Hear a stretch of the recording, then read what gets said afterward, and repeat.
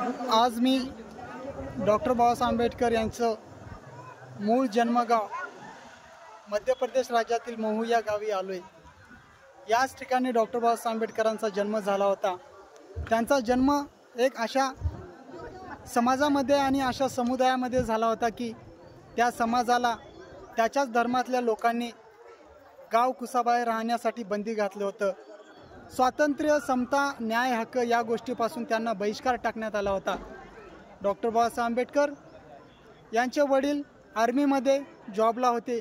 कसेबसे त्यांना एक शिक्षणाचे एक दोन शब्द यायचे, त्याच एक दोन शिक्षणाच्या शब्दामुळे डॉक्टर बाबासाहेब आंबेडकरांच्या वडिलांनी मनामध्ये ध्येय केलं की आमच्या लेकरांना होणाऱ्या इथून यापुढील शिक्षण देण्यात येईल। म्हणून डॉक्टर बाबासाहेब आंबेडकरांच्या वडिलांनी त्यांना शिक्षण देण्यासाठी सुरुवात केली। शिक्षण हे वाघिणीचं दूध आहे। डॉक्टर बाबासाहेब आंबेडकरांनी जेव्हा मनामधून उद्गार केले तेव्हा त्यांना खरंच कळालं की हे शिक्षण हे खूप वाघिणीचं दूध आहे। म्हणून डॉक्टर बाबासाहेब आंबेडकरांनी ते दूध प्राशन केलं आणि प्राशन करून अशी गर्जना केली की इथल्या मनुस्मृतीसोबतच हजारो सालापासून चालत आलेल्या रीतिरिवाजी परंपरा या गोष्टीला लात मारून त्यांनी नव्याने व्यवस्था मांडली।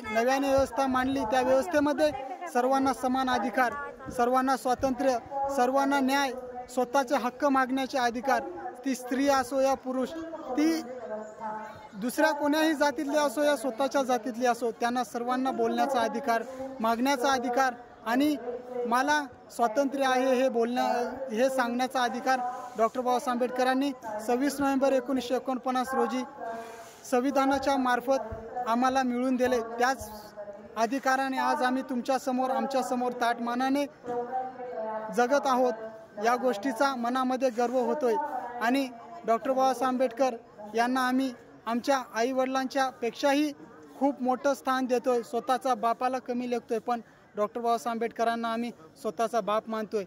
या पृथ्वी तलावर सर्व समुदायाने एका महामानवाला बाप मानावे, यापेक्षा जगात कोणतीच मोठी गोष्ट नाही राहू शकत। जय भीम।